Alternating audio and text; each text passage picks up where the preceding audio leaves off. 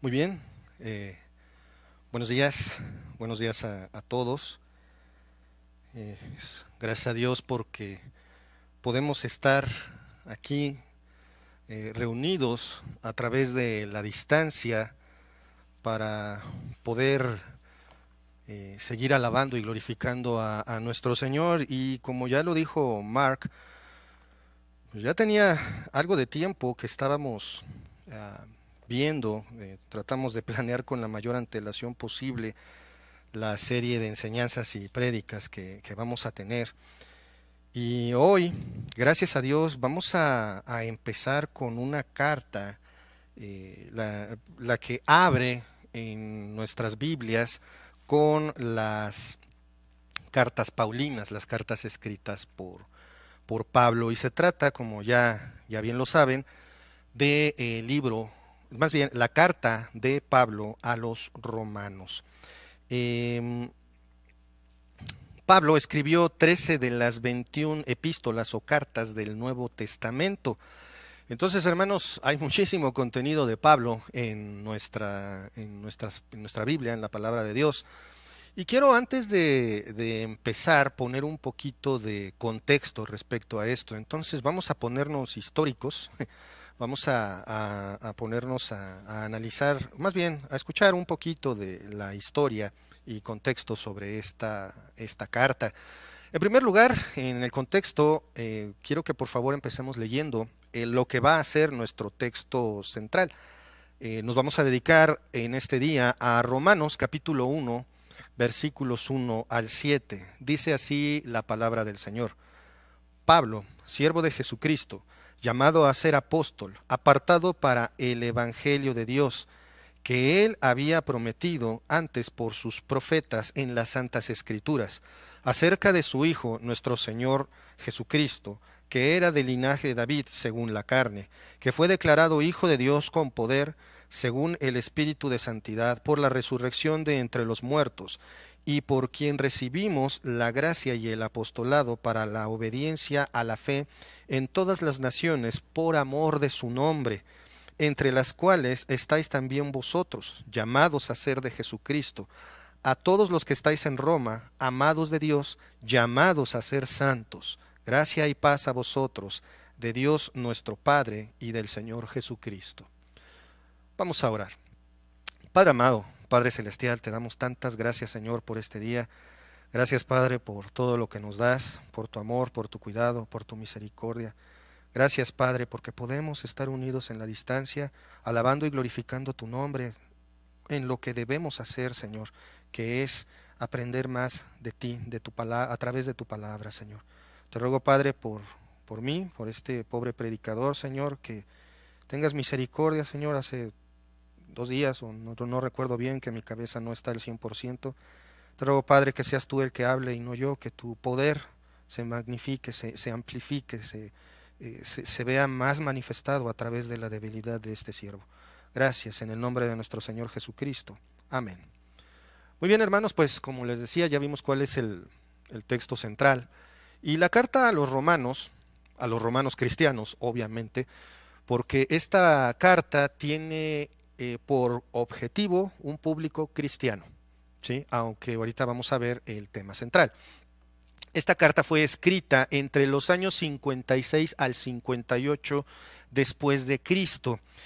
Probablemente fue escrita en la ciudad de Corinto o las cercanías de Corinto. En el orden canónico del Nuevo Testamento es la primera epístola que encontramos. Nosotros vamos los evangelios, luego Hechos y posteriormente Romanos, porque Hechos no es carta, es un libro. Entonces, vemos que es el primero en aparecer en el canon, pero es la sexta epístola escrita por Pablo. Ujú. Como les digo, escrita en Corinto. El autor, bueno, el autor nadie puede discutir de que fue el apóstol Pablo, de nombre hebreo Saúl o Saulo, de la tribu de Benjamín, nacido en Tarso. Podemos por ahí encontrar que es Saulo de Tarso. En la provincia, nació probablemente en la provincia de Cilicia, lo que es actual territorio turco. Él fue convertido milagrosamente en el camino a Damasco por el mismo Señor Jesucristo. ¿Recuerdan que fue derribado de un? No iba en caballo. Fue derribado, simplemente fue echado al suelo y el Señor Jesucristo fue el que básicamente lo evangelizó. Es curioso, pero nunca me había puesto yo a considerar la edad de Pablo y resulta que, según algunos estudiosos, es contemporáneo de Jesús. Más o menos la misma edad que el Señor Jesucristo. Alumno célebre de uno de los rabinos más sobresalientes, más bien alumno del célebre rabino Gamaliel y miembro de una de las sectas más estrictas de los fariseos. No conocía físicamente la congregación de Roma. Tenía grandes deseos de visitarla, como vamos a ver, bueno, como veremos más adelante. Pero de manera providencial, el hecho de que no pudiera ir, el hecho de verse impedido de ir a Roma, nos proporciona, gracias a Dios, esta carta. Si Pablo hubiera visitado Roma, esta carta probablemente no hubiera existido, pero estos probables no son válidos, ya que dentro de la providencia de Dios estuvo que Pablo no pudiera ir y por eso surge esta carta. Acerca de la iglesia de Roma, no se sabe con seguridad cómo se fundó, pero se cree que convertidos en Pentecostés, lo que nosotros podemos ver en Hechos, convertidos en Pentecostés se fueron a Roma o inmigrantes cristianos la fundaron, la iglesia ahí en Roma. Hablando un poquito de la ciudad de Roma fue fundada en el año 753 antes de Cristo. Sin embargo, a pesar de su importancia, no es mencionada en las Escrituras, sino hasta el Nuevo Testamento. La carta, el propósito de la carta, tiene el objetivo de enseñar las verdades del Evangelio de la gracia a los creyentes sin instrucción. Esto quiere decir, hermanos, que si sientes que eres nuevo en la fe y que no tienes la más remota idea de lo que se trata el Evangelio, esta es la carta correcta. Si no eres creyente y estás viendo este mensaje y quieres saber más acerca de Cristo, esta carta es la correcta. Si tú, hermano, tienes dudas acerca de lo que es la gracia, acerca de la providencia de Dios, acerca de la salvación, acerca de los temas básicos del cristianismo, esta es la carta correcta. A diferencia de Primera, Segunda de Corintios y Gálatas, que son de reprensión y de corrección, la carta a los romanos tiene el objetivo de enseñar a los cristianos abundantes y sanas enseñanzas para todos nosotros. La fuente de la sana doctrina son las Escrituras. Así es, sin embargo, en el libro de los Romanos es incluso uno de los causantes de movimientos como la Reforma, precisamente. Al leer el libro de Romanos se empiezan a efectuar muchos cambios en lo que se creía de la Biblia con anterioridad. Entonces vamos a empezar, vamos a adentrarnos en esta aventura. De verdad es emocionante para mí, para Mark, saber qué es lo que Dios tiene preparado para nosotros a través del estudio de Romanos. Vamos a empezar entonces, vamos a leer nuevamente nuestro pasaje central. Pablo, siervo de Jesucristo, llamado a ser apóstol, apartado para el evangelio de Dios, que él había prometido antes por sus profetas en las Santas Escrituras, acerca de su Hijo, nuestro Señor Jesucristo, que era del linaje de David según la carne, que fue declarado Hijo de Dios con poder, según el Espíritu de Santidad, por la resurrección de entre los muertos, y por quien recibimos la gracia y el apostolado, para la obediencia a la fe en todas las naciones por amor de su nombre, entre las cuales estáis también vosotros, llamados a ser de Jesucristo, a todos los que estáis en Roma, amados de Dios, llamados a ser santos, gracia y paz a vosotros, de Dios nuestro Padre y del Señor Jesucristo. Posteriormente iremos viendo que hay dos conceptos que tenemos que entender muy bien para entender el libro de Romanos, que es justificación y santificación. La justificación es lo que hace Dios por nosotros, imputarnos los atributos de Cristo, aplicarnos a nosotros. ¿sí? Sin que nosotros hagamos nada. Y la santificación, siendo breves, es el proceso continuo que Dios hace en nuestras vidas para hacernos cada vez más parecidos a Él. Posteriormente veremos estos conceptos más a profundidad, pero es importante mencionar que justificación y santificación no es lo mismo. Sin embargo, no puede existir santificación sin justificación. Dicho sea esto, vemos que dice Pablo, siervo de Jesucristo. Del griego duolos, la parte de siervo, que es esclavo, involuntario. Sin embargo, Pablo cambió el sentido de esta palabra griega al sentido hebreo. La palabra esclavo en hebreo era un esclavo que se compromete voluntariamente a servir a un amo a quien ama. ¿Sí? El esclavo en el sentido hebreo era voluntario y era esclavo de esa persona por amor a ella. ¿Sí? Entonces Pablo está diciendo que es un siervo de Jesucristo, un siervo, un esclavo voluntario. Esta primera palabra, esclavo, siervo, nos muestra el carácter de Pablo y el carácter de cada, como debería de ser el carácter de cada uno de nosotros. Somos esclavos de Cristo. La pregunta viene aquí a ser, ¿somos esclavos voluntarios? ¿Sí te sientes como un esclavo o como por ahí he escuchado y leído, es que soy un príncipe de Dios, soy una princesa de Dios? Y no sé, no, no, no, no, no, nosotros no tenemos ningún título. No hay mérito en nosotros, es lo que está diciendo aquí Pablo. Pablo, ¿cómo lo vemos? Ciudadano romano, un estudiado pero fuerte, a los pies de Gamaliel, uno de los principales maestros del fariseísmo. Si había alguien que tenía de qué jactarse, y él mismo lo dice, era él. Fariseo de fariseos, ciudadanos romanos. Era algo sobresaliente el hombre. Pero él dice, no tengo nada de qué jactarme. Y es algo que nosotros también tenemos que tener en nuestra mente, hermanos. No somos hijos de Dios por ningún mérito personal. No hay nada que nosotros hiciéramos por nuestra salvación, como lo vamos a ver más adelante. Por eso es que quiero enfatizar esto, esta palabrita que es duolos, que sí significa esclavo e involuntario, pero Pablo la convierte por completo al sentido hebreo y nos muestra su carácter y el que debería de ser el nuestro. Posteriormente dice Pablo, siervo de Jesucristo, llamado a ser apóstol, del griego kletos, llamado o invitado.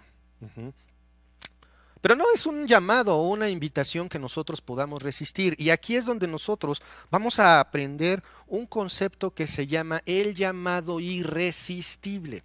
El llamado irresistible, que es al que está haciendo referencia aquí Pablo, es cuando Dios en su momento, en su tiempo, te llama para hacer algo y no puedes resistirte. Por eso es que cuando algunos argumentan, bueno, es que yo me le resistí a Dios 5 años. No, no, porque entonces no sería un Dios omnipotente. Él te llama en el momento. ¿Y por qué estoy diciendo a hacer algo? Porque a eso es a lo que se refiere específicamente en el pasaje. Llamado a ser apóstol. Pablo en su momento fue llamado para ser salvo y llamado a ser apóstol. Este llamamiento produce invariablemente la justificación del llamado, es decir, la fe en el Señor Jesucristo. Pero Pablo está aquí mostrándonos su llamado a ser apóstol, del griego apóstolos, uno que es enviado. Pero esto es apóstol con A mayúscula. ¿Sí? No se refiere, aunque la palabra griega es enviado, no se refiere a que yo puedo ser apóstol nada más porque digo que soy apóstol. Y ese es uno de los principales contenidos del veneno que existe en las falsas doctrinas que se enseñan, sobre todo en la doctrina de la prosperidad. Es que yo soy un apóstol. Como lo vamos a ver más adelante, ser apóstol no es tan significativo realmente en el contexto de nosotros. Este apostolado, como les digo, con A mayúscula, son hombres que tienen ciertas características específicas que muestran que hoy ya no existe el apostolado como el de los discípulos, como el de los 12, ¿sí? Esto incluyendo también posteriormente a Matías y por supuesto a Pablo, que él mismo no se considera apóstol, se considera abortivo, el de hasta el final, el que llegó al final para ser apóstol. ¿Y qué características tienen estos hombres? Bueno, vamos a hablar de algunas rápidamente. Elegidos por Jesús personalmente. Esto solamente tiene una variación con Matías, ya que Matías fue seleccionado por los 12, perdón, por los 11 para sustituir a Judas. Y Pablo fue llamado y escogido directamente por el Señor Jesucristo en el camino a Damasco. Entonces, para empezar, un apóstol con A mayúscula, es un elegido por Jesús personalmente. Otra cosa, instruidos directamente por Él. Eso es algo que no cualquiera puede hacer. Bueno, es que yo recibo instrucción de parte del Señor. No, estoy hablando personalmente, instruido por el Señor Jesucristo. Los 12, así fue. La única variante la encontramos en Matías. Pablo, así fue. En diversas ocasiones tuvo contacto con el Señor Jesucristo, quien le dijo, vas a hacer esto, va a pasar aquello. Y sobre todo cuando lo convirtió en el camino a Damasco. ¿Sí? Entonces, esa es otra característica. Otra cosa es, lo acompañaron todo el tiempo de su ministerio. Esto refiriéndose específicamente a los 12. Era vivir con él. No era para cualquiera el llamado de ser apostolado. Había otros discípulos y sin embargo ellos no fueron llamados apóstoles. Otra cosa muy importante que debemos de señalar es que Cristo les dio poder para confirmar su apostolado con milagros, mismos que usaban para validar su autoridad. Los milagros no eran la herramienta principal de los apóstoles. Sin embargo, era la herramienta que ellos utilizaban, que ellos disponían para poder validar su autoridad, para validar sus enseñanzas, para hacer un tipo de promoción espectacular que era necesaria en ese entonces para propagar el evangelio. Otra cosa muy importante es que todos ellos están involucrados en la escritura del Nuevo Testamento. O indirectamente involucrados, como por ejemplo en el Evangelio del doctor Lucas. Lucas no fue uno de los 12, sin embargo, estuvo bajo la tutela de Pedro para escribir el Evangelio. Entonces, hermanos, esas son algunas de las características que podemos encontrar. Les voy a pedir, por favor, que me acompañen con sus Biblias para verificar que no nada más sean ideas mías, y yo no nada más esté inventando algo. Ahí, por favor, a Marcos, capítulo 3, versículos 13 al 19.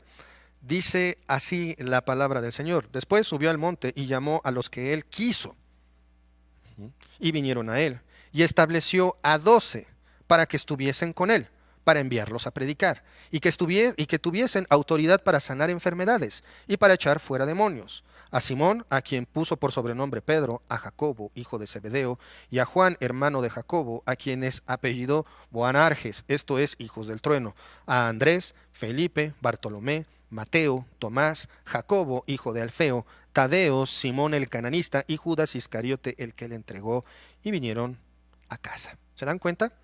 Que él los llamó, él los estableció, él les dio un objetivo, él les dio un ministerio. Él les da autoridad. Cristo directamente. Ahora, hay algo muy importante. Este nombramiento, esta situación, parece ser evidente que fue en público, no en privado. No es de que, no, es que Dios me habló, estaba yo solito y Cristo estaba frente a mí. Ya con eso se empieza a poner en duda el asunto. Otro pasaje en el que podemos constatar esto, aquí ahora vamos al Evangelio según Mateo, pero ahora vamos al capítulo 10, Mateo 10, versículo 1. Entonces, llamando a sus 12 discípulos, les dio autoridad sobre los espíritus inmundos para que los echasen fuera y para sanar toda enfermedad y toda dolencia. Y posteriormente vienen los nombres de los 12. Otro pasaje que podemos utilizar para justificar estas características que definen a aquellos que son apóstoles en el contexto de ser los discípulos directos del Señor Jesucristo, de los 12, ahí en 2 de Corintios, capítulo 12, acompáñenme por favor en sus Biblias, 2 de Corintios 12, 12. Dice así la palabra del Señor: con todo, las señales de apóstol han sido hechas entre vosotros en toda paciencia, por señales, prodigios y milagros. Ahora, estos prodigios y milagros tampoco son de que, miren, va a crecer mi brazo está creciendo, mi brazo está creciendo, mi brazo está creciendo. Esas son patrañas, esos son engaños. Estamos hablando de milagros auténticos, hechos a la vista de todos, a la vista de algunos testigos en algunos casos, ¿sí? Pero hechos grandes, espectaculares, que hoy sí, claro que pueden ocurrir, pero ya no son la base para la expansión del Evangelio. Entonces, hermanos, tenemos que entender muy bien esto. Claro, sabemos muy bien que, nuevamente, como vimos, Matías, vamos al libro de Hechos, capítulo, no, perdón, nada más como referencia, Matías fue seleccionado como el reemplazo de Judas. Esto lo pueden encontrar ahí en el libro de los Hechos, capítulo 1, versículos 15 al 26. Su nombramiento fue hecho para el reemplazo de Judas. Y Cristo seleccionó y adiestró directamente a Pablo. Ahora quiero que vayamos ahora sí al libro de los Hechos, capítulo 9, versículo 15, que dice: el Señor le dijo, ve, porque instrumento escogido me es este para llevar mi nombre en presencia de los gentiles y de reyes y de los hijos de Israel. Aquí estamos hablando de su selección para el ministerio. Ya su llamamiento de salvación ya había ocurrido. Ahí lo podemos ver al principio del capítulo 9, versículos 1 al 6, donde podemos ver la conversión de Saulo. Pero ahorita recuerden que estamos viendo el llamamiento como ese llamado irresistible para hacer algo, que es de lo que está hablando Pablo. Pablo, regresemos a la carta a los Romanos. Pablo, siervo de Jesucristo, llamado a ser apóstol, apartado para el Evangelio de Dios. Ya vimos que el llamamiento a servirle ya fue, pero ahora dice, apartado para el Evangelio de Dios. Del griego aforizar, separar, apartar. Esta es la acción divina al poner a ciertos hombres para la obra del Evangelio. Pablo es apóstol, llamado para servir a Dios, para el Evangelio de Dios. Dice, esto del Evangelio de Dios, Pablo está poniendo en claro su llamado, su apostolado y el objetivo de propagar el Evangelio. Y esto es algo que también con lo que nosotros también nos debemos identificar, hermanos. Si tú eres un hijo de Dios, estás llamado a seguir propagando el Evangelio, ¿sí? Como lo vemos ahí en el final del Evangelio de Mateo, por ejemplo. Cada uno de nosotros debe de propagar este mensaje, que Cristo murió por nuestros pecados conforme a las Escrituras y que resucitó al tercer día conforme a las Escrituras, que sin derramamiento de sangre no se hace perdón de pecados. Y esto es lo que debes de entender tú si no tienes fe en el Señor Jesucristo. Debes arrepentirte de lo malo que has hecho. Debes arrepentirte de todas las cosas que piensas, ves, dices y haces que no le agradan a Dios. Y todos hacemos cosas que no le agradan a Dios, pero puede ser redimido. Cualquier pecado, por grave que parezca, puede ser perdonado. Ven a Cristo en arrepentimiento y fe. Cree en que Él es el único medio de salvación. Cree que Él es el único medio para llegar a Dios. A eso es a lo que se refiere cuando dice al final, apartado. ¿Apartado para qué? Apartado para el Evangelio de Dios. Versículo 2, que Él había prometido. ¿Cuándo se estableció esto de que iba a haber un evangelio? Dice que él había prometido antes por sus profetas en las Santas Escrituras. Los antagonistas o rivales de Pablo, ¿sí? Los judíos más férreos en rechazar las enseñanzas del Evangelio, acusaban a Pablo de hablar un mensaje nuevo, sin relación al judaísmo. Como podemos ver, por favor acompáñenme a Hechos 21.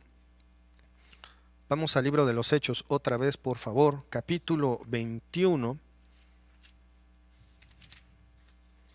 versículos 27 y 28. Ahí en sus Biblias, por favor. Hechos 21, 27 y 28. Dice así. Ahí. Pero cuando estaban para cumplirse los 7 días, unos judíos de Asia, al verle en el templo, alborotaron a toda la multitud y le echaron mano, dando voces: varones israelitas, ayudad. Este es el hombre que por todas partes enseña a todos contra el pueblo, la ley y este lugar. Y además de esto, ha metido a griegos en el templo y ha profanado este santo lugar. Esto deriva en una golpiza a Pedro y un arresto injustificado. Pero ¿qué más puede esperar un siervo del Señor fiel? Y esto porque en algún momento lo habían visto con griegos y supusieron que los había metido al templo, cosa bastante difícil dado lo estricto que era y que es el acceso a un lugar de adoración judía. Entonces, por eso es que él dice que él está justificando aquí el mensaje, está diciendo que este mensaje no es nuevo, que el mensaje sí tiene relación con el judaísmo. El Antiguo Testamento, como podemos ver en algunas citas, habla sin duda del nuevo pacto y del Mesías. Habla del perdón de pecados a través de la muerte de uno que es sin mancha, uno sin pecado. Y por supuesto habla de Jesucristo. Les pido por favor que me acompañen a Jeremías 31. Vamos al libro de Jeremías, capítulo 31, versículos 31 al 34. Dice así: He aquí, vienen días, dice Jehová, en los cuales haré nuevo pacto con la casa de Israel y con la casa de Judá, no como el pacto que hice con sus padres el día que tomé su mano para sacarlos de la tierra de Egipto, porque ellos invalidaron mi pacto, aunque fui yo un marido para ellos, dice Jehová. Pero este es el pacto que haré con la casa de Israel después de aquellos días, dice Jehová. Daré mi ley en su mente y la escribiré en su corazón, y yo seré a ellos por Dios y ellos me serán por pueblo. Y no enseñará más ninguno a su prójimo, ni ninguno a su hermano, diciendo: conoce a Jehová, porque todos me conocerán, desde el más pequeño de ellos hasta el más grande, dice Jehová, porque perdonaré la maldad de ellos y no me acordaré más de su pecado. Ahí está la mención de lo que es el nuevo pacto. El antiguo pacto se tenía que derramar sangre para el perdón de cada uno de los pecados y por medio de una víctima, y el nuevo pacto habla de un perdón permanente. El nuevo pacto, que es en Jesucristo, es eso. Pones tu fe en el Señor Jesucristo y todos tus pecados son perdonados permanentemente, ¿sí? Y vamos ahora también a Isaías capítulo 9, porque como les mencioné, también el Antiguo Testamento habla de Jesucristo, y este pasaje yo creo es muy conocido muy conocido por cada uno de nosotros. Isaías 9, versículos 6 y 7: porque un niño nos es nacido, hijo nos es dado, y el principado sobre su hombro, y se llamará su nombre admirable, consejero, Dios fuerte, Padre eterno, príncipe de paz. ¿De quién más está hablando este pasaje sino del Señor Jesucristo? Por lo tanto, Pablo no estaba hablando nada nuevo, ni tampoco estaba cometiendo algún tipo de delito en contra del templo. Entonces vemos que estas acusaciones son falsas. dice el versículo 2, que él había prometido antes por sus profetas en las Santas Escrituras. ¿A quién? ¿Acerca de quién habla? ¿Acerca de quién está hablando las Santas Escrituras? Dice el versículo 3, acerca de su Hijo, nuestro Señor Jesucristo, que era del linaje de David según la carne. Aquí es un tanto breve lo que podemos ver, pero en primer lugar vemos que están mencionadas ya dos personas de la Trinidad. En primer lugar, tenemos ahí en el versículo 1, Dios, el Padre.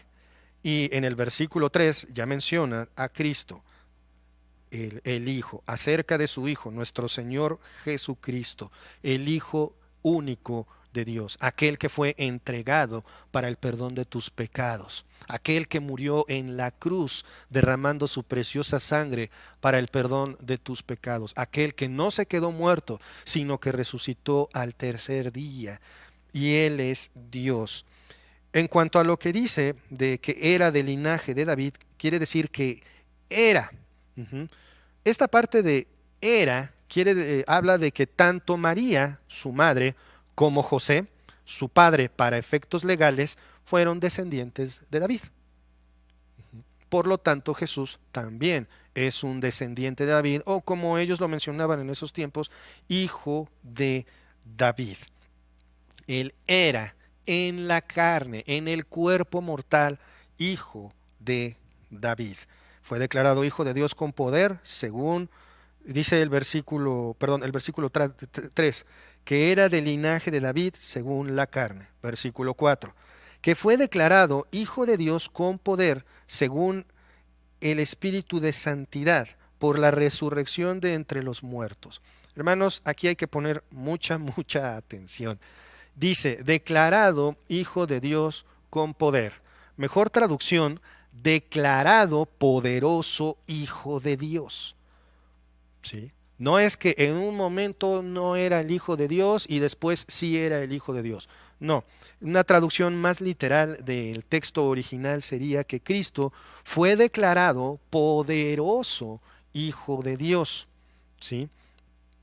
Y el Espíritu de santidad obviamente es el Espíritu Santo. Ahora, entendamos lo siguiente.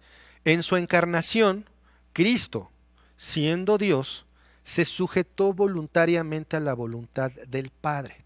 Esto lo podemos ver a lo largo de las Escrituras, donde Él dice, el Padre y yo uno somos. Las cosas que yo hago, las hago porque me las dice el Padre. Lo podemos ver cuando está orando antes de su arresto. Pase de mí esta copa, pero no sea mi voluntad, sino la tuya. Una de las máximas características de Cristo era esto. Siendo Dios, se sujetaba voluntariamente. Fíjense qué parecido con el carácter de Pablo y qué parecido con lo que debiera ser nuestro carácter como cristianos. Se sujetó voluntariamente a la voluntad del Padre, valga la redundancia, a lo que el Padre ya había establecido. Entonces, en primer lugar, en su encarnación, Cristo, siendo Dios, se sujetó voluntariamente a la voluntad del Padre. Esto solo a través de la dirección, agencia y poder del Espíritu Santo. Esto significa, hermanos, que cuando dice fue declarado poderoso hijo de Dios, o como dicen en la Reina Valera del 60, fue declarado hijo de Dios con poder, según el Espíritu de santidad por la resurrección de los muertos. El Espíritu Santo, el poder a través del Espíritu Santo fue que fue resucitado el cuerpo mortal de nuestro Señor Jesucristo. Ojo, tenemos que tener bien claro, es 100% Dios y 100% hombre, no 50 y 50.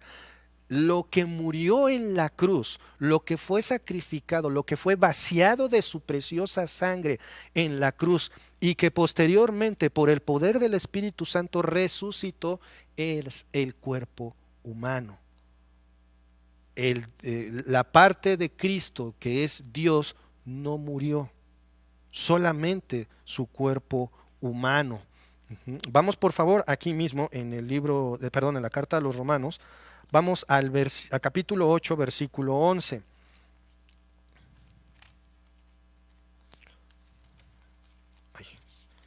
capítulo 8, versículo 11 de Romanos dice: y si el espíritu de aquel que levantó de los muertos a Jesús mora en vosotros, el que levantó de los muertos a Cristo Jesús vivificará también vuestros cuerpos mortales por su espíritu que mora en vosotros.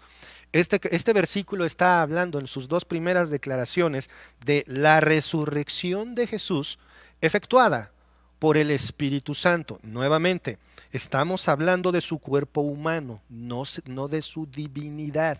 Recordemos que Jesucristo retuvo o contuvo su poder de manera voluntaria también mientras estuvo en la tierra, sujetándose por completo a la voluntad del Padre y dependiendo del Espíritu Santo para cuando expresaba cosas con poder.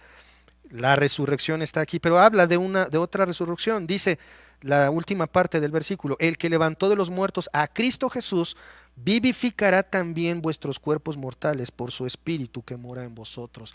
Esto, hermanos, se llama regeneración. Cuando nosotros nacemos con una naturaleza pecaminosa, completamente depravados. Esto solamente tiene una traducción, también lo vemos en Romanos. Estamos muertos en nuestros delitos y pecados. Cualquier ser humano, al entrar en la conciencia del pecado, cuando empieza a efectuar cosas que están mal, entonces está muerto espiritualmente. Nacemos con esa naturaleza pecaminosa. Eso no está en duda. Lo que está diciendo aquí el texto es que cuando tú pones tu fe en el Señor Jesucristo, el Espíritu Santo revive tu espíritu, te da vida verdadera en Cristo Jesús. Esto quiere decir que te regenera. Por eso es que la mayoría de los seres humanos, cuando intentan dejar un pecado, cuando intentan dejar algo que está mal, si es que reconocen que está mal, no pueden. Y por eso cuando un cristiano intenta dejar algo, no puede. ¿Por qué? Porque está queriendo actuar de manera superior a Cristo. Queremos depender de nosotros mismos para mejorar algo en nuestras vidas, para superar un pecado. Soy esclavo del alcohol, soy esclavo de la pornografía, soy esclavo de la lascivia. No puedo dejar de decir groserías. Y es que lo intento y lo intento. Ese es el problema. Ponlo en manos de Dios. Y el Espíritu Santo que mora en nosotros, porque cuando nosotros recibimos a Jesucristo como nuestro Señor y Salvador, ponemos nuestra fe en Él, somos bautizados en el Espíritu Santo y el Espíritu Santo viene a morar en nosotros. Es literalmente introducido en nuestro cuerpo. Y eso es lo que nos da la capacidad de efectuar cambios verdaderos en nuestra vida, porque en realidad no lo hacemos nosotros, lo hace el Espíritu Santo. Es la única manera en la que podemos nosotros avanzar, con la que podemos nosotros crecer. El crecer espiritualmente no está tampoco en nosotros. El crecimiento, ¿quién lo da? Dios. Otro puede sembrar el evangelio en ti, pero es Dios, es el Espíritu Santo el que da el crecimiento. Entonces, hermanos, tenemos nosotros que tener bien claro esto. Nuestra regeneración es de la misma manera, o más bien es llevada a cabo por la misma persona que resucitó el cuerpo humano de Cristo, el Espíritu Santo. Y eso es lo que le llamaríamos la santificación progresiva. El Dios va a terminar, el Espíritu Santo va a terminar en nosotros la obra que ya comenzó. Tampoco puedes pedir perfección, tampoco te exijas a ti mismo una impecabilidad, porque eso es imposible, solamente Cristo lo puede hacer. Entonces, hermanos, dice el versículo 4, que fue declarado Hijo de Dios con poder, o poderoso Hijo de Dios, según vimos la mejor traducción, según el Espíritu de Santidad por la resurrección de entre los muertos. Continúa el versículo 5, y por quien recibimos la gracia y el apostolado para la obediencia a la fe en todas las naciones por amor de su nombre. ¿Por quién recibimos la gracia? Por Dios. Y el apostolado, por medio de quien hemos recibido la gracia. Para una mejor traducción de este versículo sería, por medio de quien hemos recibido la gracia y el apostolado para promover la obediencia a la fe entre todos los gentiles, por amor de su nombre. Eres hijo de Dios, eres salvo, has sido llamado hijo de Dios. ¿Para qué? Para cruzarte de piernas y decir, pues ya tengo mi boleto al cielo, pues no pasa nada, total. Y si peco, pues qué bueno, ¿no? Que abunde el pecado para que abunde más la gracia, ¿no? No. Somos llamados hijos de Dios con un objetivo específico. ¿Y cuál es? Como vimos este complemento de una traducción más literal de este versículo, para promover la obediencia a la fe entre todos los gentiles. Esto significa que es solo por medio del Señor Jesucristo que hemos recibido ese regalo que no merecemos. Por eso dice gracia, y por quien recibimos la gracia, ¿sí? Ese regalo que no merecemos como culpables de pecado. Lo que merecemos es la muerte por el pecado. El regalo de la salvación por medio del arrepentimiento y la fe en el Señor Jesucristo. Eso es lo que significa gracia. Vamos allá a Romanos, por favor, un par de capítulos más adelante. Romanos 3, 23 y 24, muy conocido por todos ustedes. Por cuanto todos pecaron y están destituidos de la gloria de Dios, siendo justificados gratuitamente por su gracia, mediante la redención que es en Cristo Jesús. Básicamente lo que acabo de decir, obviamente está basado en las Escrituras. Solamente Cristo puede darnos ese regalo. Solamente Él pudo haber efectuado ese intercambio de tu castigo, llevarlo sobre Él en la cruz, para que su santidad, su perfección, te fuera otorgada a ti por fe en el Señor Jesucristo. Es decir, hermanos, todo esto, la salvación, ese regalo que recibimos, tiene un objetivo. Pero antes, dice que por gracia, por quien recibimos la gracia, o sea, la salvación y el apostolado. A ver, Gerardo, ¿quién te entiende? ¿No que nosotros no somos apóstoles? ¿No que el apostolado ya se acabó? Como lo dije desde el principio, el apostolado con A mayúscula es de esos hombres que Dios llamó, perdón, que el Señor, bueno, sí, que el Señor Jesucristo llamó de manera personal, asignó, capacitó, convivió con ellos de manera personal. Esto incluyendo a Pablo y Matías posteriormente, que fue escogido para reemplazar a Judas por los 11. El apostolado de lo que se está refiriendo aquí no es la misma palabra, ¿sí? La palabra utilizada aquí es apóstole, que es enviar o misión. Esto quiere decir que como hijos de Dios tenemos la misión de promover el evangelio. ¿Quieres un apostolado? ¿Quieres ejecutar?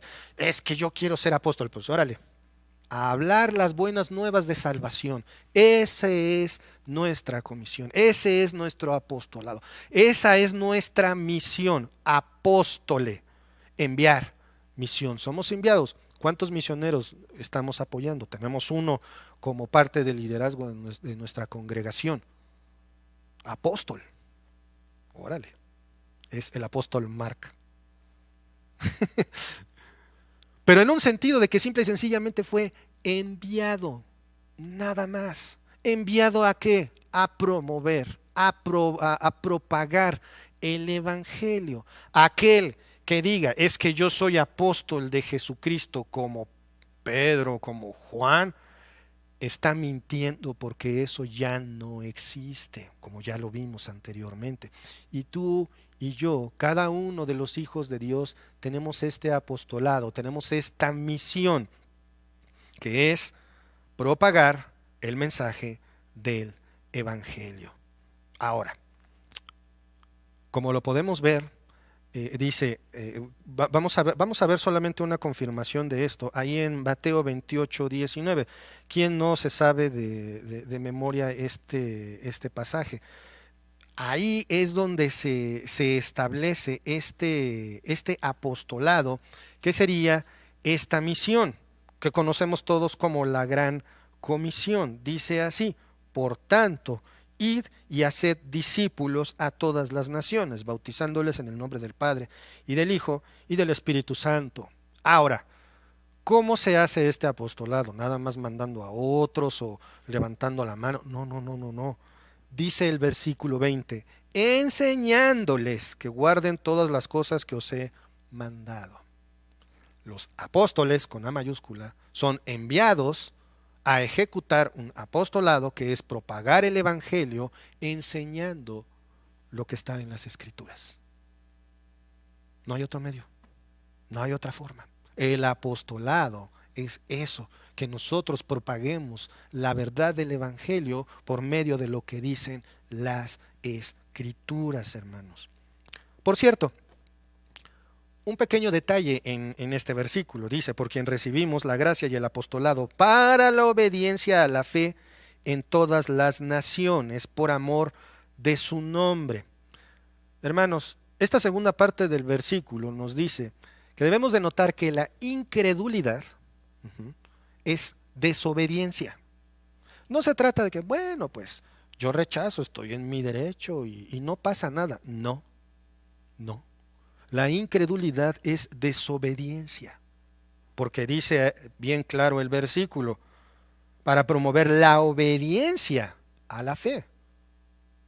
Esto significa que la desobediencia es pecado. Y ojo, nuestra incapacidad para creer no disminuye nuestra obligación a hacerlo. Cristo murió, ¿cómo lo decimos de memoria en Juan 3:16?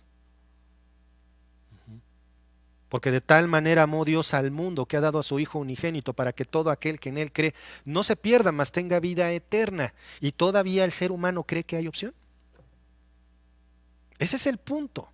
Por eso es que la incredulidad deriva en la perdición eterna, porque es desobediencia. Porque si tú no crees en el Señor Jesucristo como Señor y Salvador, entonces estás desobedeciendo a Dios. Por lo tanto, mereces un castigo por tu pecado. Reflexionemos en esto antes de decir, bueno, es que yo respeto la forma de pensar de esa persona y por eso no le comparto el evangelio. Resulta que entonces estás promoviendo en esa persona su desobediencia. Recordemos esta parte. La incredulidad es desobediencia, es pecado. Nuestra incapacidad para creer no disminuye nuestra obligación a hacerlo. Es muy importante. Y si tú crees, se debe de reflejar en algo. Se debe de reflejar en tu obediencia y sumisión al señorío de Cristo. Nuevamente nos regresamos al versículo 1. No dice Pablo que él es un esclavo voluntario, un esclavo que obedece a su amo porque ama a ese amo. Y ya fueron muchos amo, ama. Nosotros debemos de ser así entonces. Es completamente contrario a las verdaderas enseñanzas de las Escrituras que cualquiera de nosotros diga, bueno, sí, soy cristiano, pero pues eso dice la Biblia, pero yo puedo encontrar una alternativa mejor. Mi razonamiento es mejor. Por ejemplo, algo muy común. No, no, no. Aunque la Biblia diga que puedo azotar a mis hijos, puedo castigarlos físicamente, puedo negociar con ellos. Ellos entienden. Y pasan los años, los años, los años. Y la obediencia no llega. Eso es por no sujetarnos a Dios. Eso es por buscarle alternativas a la palabra de Dios. Y aún más en la salvación. Es que dice que cree. No ha cambiado nada, pero cree, ¿no? Entonces es un hijo de Dios. Es que hizo una oración y ya con eso ya se salvó. La oración no es más que un manifiesto de tu fe. No es más que una profesión de fe. La verdadera fe se refleja en la obediencia y sujeción a la palabra de Dios. Reflexionemos en esto, hermanos, porque si crees, todos lo deben de ver. Si eres un hijo de Dios, todos se deben dar cuenta de que hay algo raro en ti. ¿Por qué? Porque tú obedeces y eres sumiso a tu Señor, el Señor Jesucristo. Y bueno, vamos a pasar ahora a los versículos 6 y 7. Dice el versículo 5 para darle coherencia. Y por quien recibimos la gracia y el apostolado para la obediencia, para la obediencia a la fe en todas las naciones, por amor de su nombre. Esa parte, perdón, no puedo omitirla, porque eres hijo de Dios. Porque has sido llamado desde antes de la fundación del mundo. ¿Sabías que la casualidad del azar no tiene nada que ver con tu salvación? ¿Sabías que no tiene nada que ver contigo? ¿Sabías que es porque antes de la creación nuestro Dios ya te había seleccionado personalmente? Para mí eso es maravilloso. No lo puedo terminar de creer. Pero ¿por qué? ¿Por qué lo hizo? Por amor a sí mismo. Porque Dios es un Dios de amor. Y por amor a sí mismo seleccionó a algunos para que sean su pueblo. Por amor de su nombre. Porque es un Dios de amor, por eso es que puede ser llamado hijo de Dios. ¿En qué se te está yendo tu salvación? Es como, no lo sé, está tan cara la gasolina, ¿en cuánto va? 18, 19 pesos, algo así. Y que tú arranques tu coche y te vayas caminando. ¿Eso cómo se llama? Desperdicio. Que te sirvan un plato de comida y lo tires lleno. ¿Eso cómo se llama? Desperdicio. Y estas dos comparaciones de la gasolina y la comida son infinitamente insignificantes en comparación de la salvación. Por eso es que muchas veces yo pregunto, ¿qué estás haciendo con tu salvación? La tengo bien guardada. No se nota, nadie sabe, la tengo aquí bien, bien guardadita. O se te nota esa sujeción amorosa a aquel que por amor a su nombre te hizo su hijo.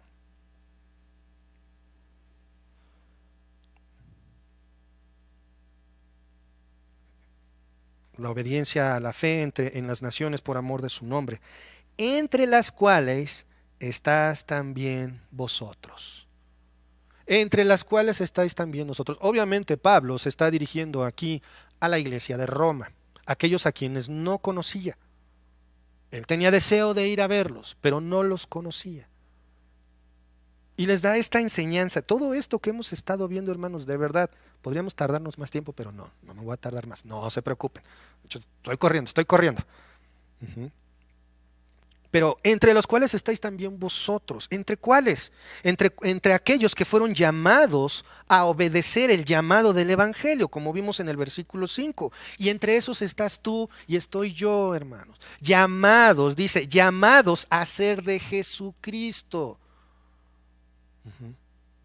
Es como cuando tú hablas a alguien por su nombre. ¿No le pasó así a Pablo? Saulo, Saulo, ¿por qué me persigues? Fue llamado en su momento, en su tiempo. No es que Saulo dijera, no, yo no quiero creer en el Evangelio. Simple y sencillamente él estaba siguiendo su vida. Y en el momento que Dios así ya lo había predeterminado, fue llamado. Igualmente tú, igualmente yo. No es que me compartieron, por ejemplo, a mí me compartieron el Evangelio como 6 veces. Y no sé si realmente a la última de verdad entendí. Pero lo que sí sé es que ya no soy el de hace, ¿cuántos años? 22 años, más o menos. Y no por mí, sino porque por amor de su nombre me llamó para ser su hijo. Y a ti también.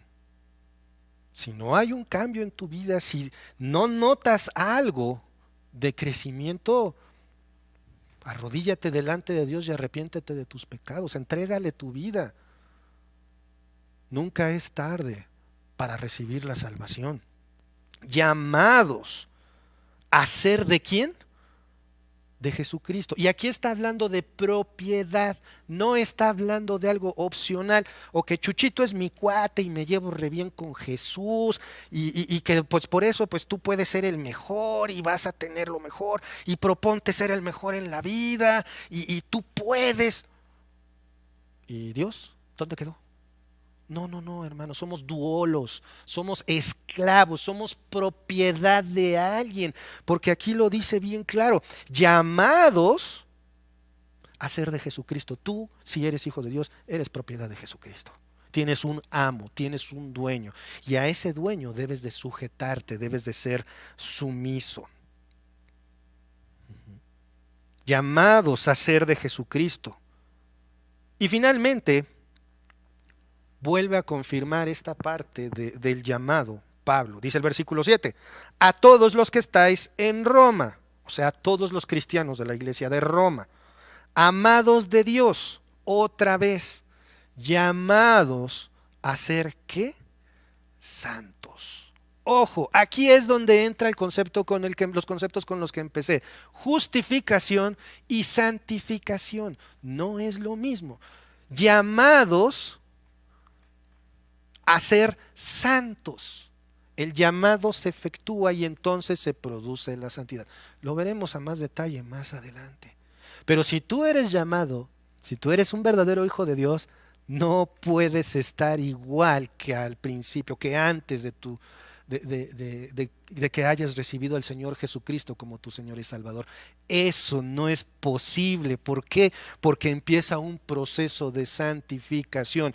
Al recibir el llamado, ya había hablado del llamado irresistible.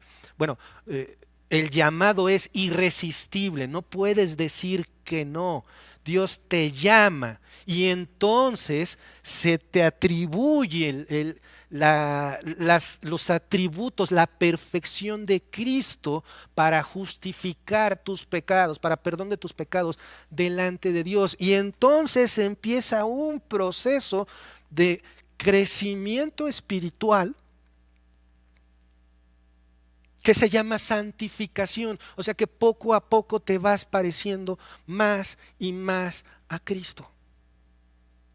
Nunca llegando a su estatura, obviamente, no pasamos ni de la rodilla, yo creo, o del talón, al menos yo no.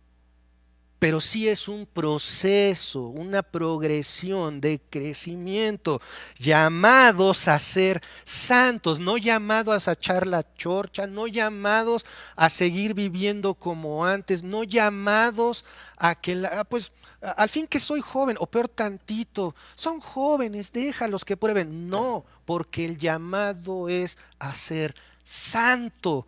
Santo como Él es santo. Y Él es santo, santo, santo. ¿Recuerdan esa enseñanza?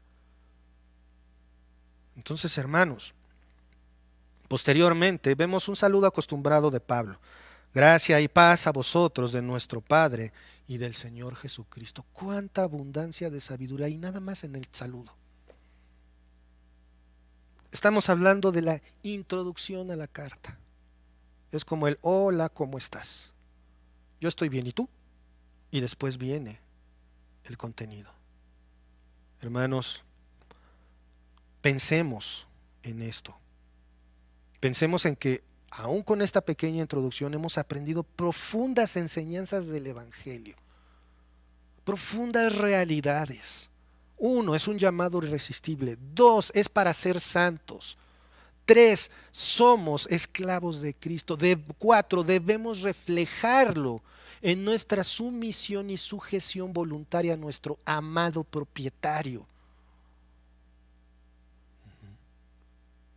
¿Has sido llamado por Dios?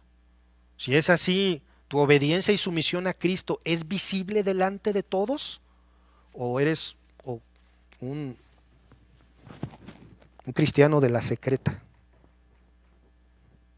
que pasas desapercibido entre el mundo porque te ves igualito? ¿Tu santidad es visible? Si no tienes fe en Cristo, yo te invito a que le pidas perdón y que creas que en Él, como el único medio para darte vida eterna, para el perdón de tus pecados.